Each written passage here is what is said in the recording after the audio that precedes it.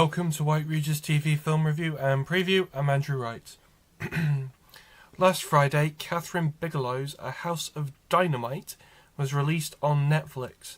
The film is an apocalyptic political thriller film starring Idris Elba, Rebecca Ferguson and Anthony Ramos, and revolves around multiple points of view from within the United States government as it formulates an official response to a single nuclear missile launched by an unidentified adversary.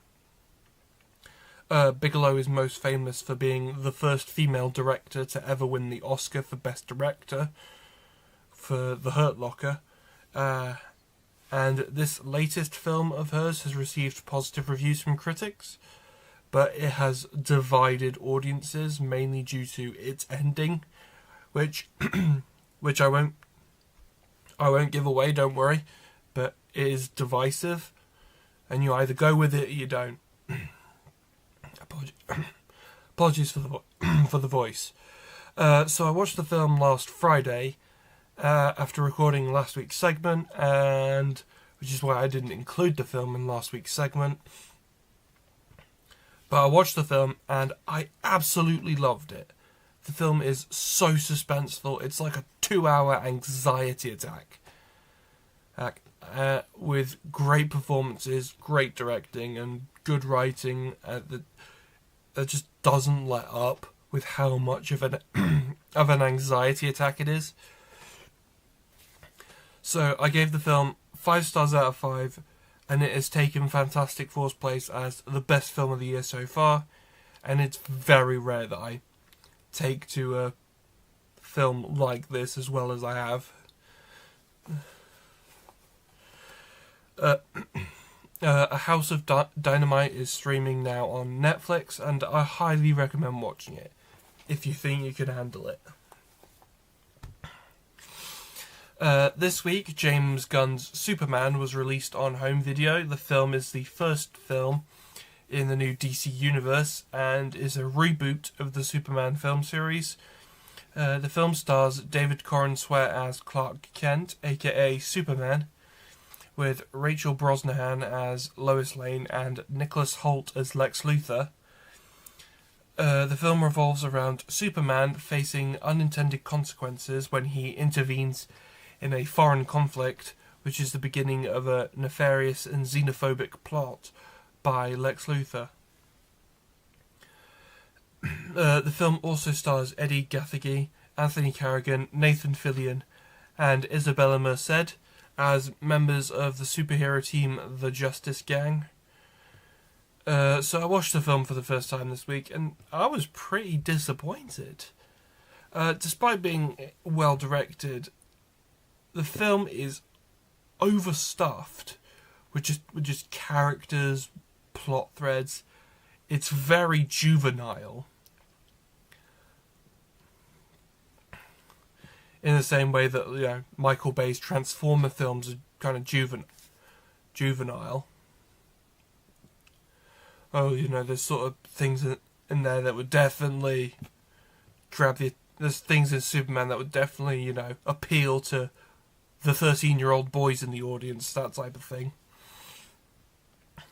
And the film is honestly just too much of a fanboy's indulgence to be able to work as a coherent film. Like, Nathan Fillion plays Guy Gardner, aka Green Lantern, in the film, but with a blonde bowl cut. But all of the fans agree in the discussion online for the film that Nathan Fillion should have been Hal Jordan. I couldn't think for a second.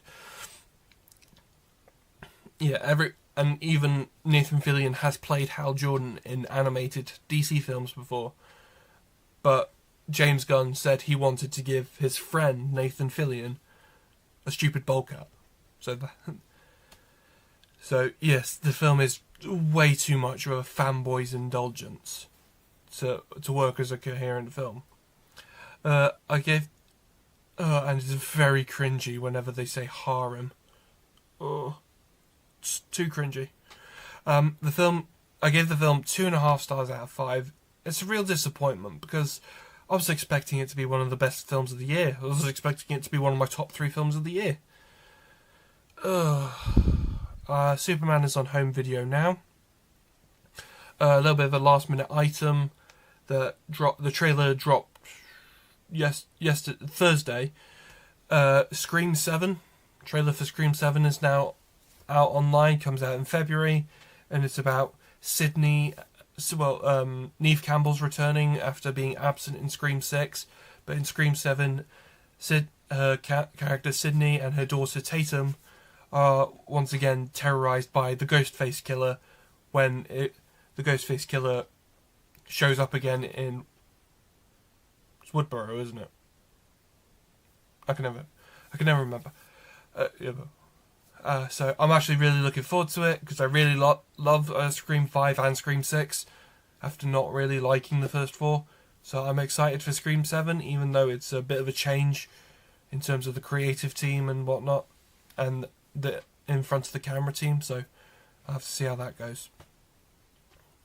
That's all I have for this week, but be sure to check back next week where I'll be previewing Predator Badlands and talking about the latest home video releases of Den of Thieves Pantera, which I reviewed months ago when it came out on Amazon Prime in the UK. And I'll also be reviewing Haikyuu The Dumpster Battle, which I might have reviewed last year. Don't quote me on that. Anyway, see you next time.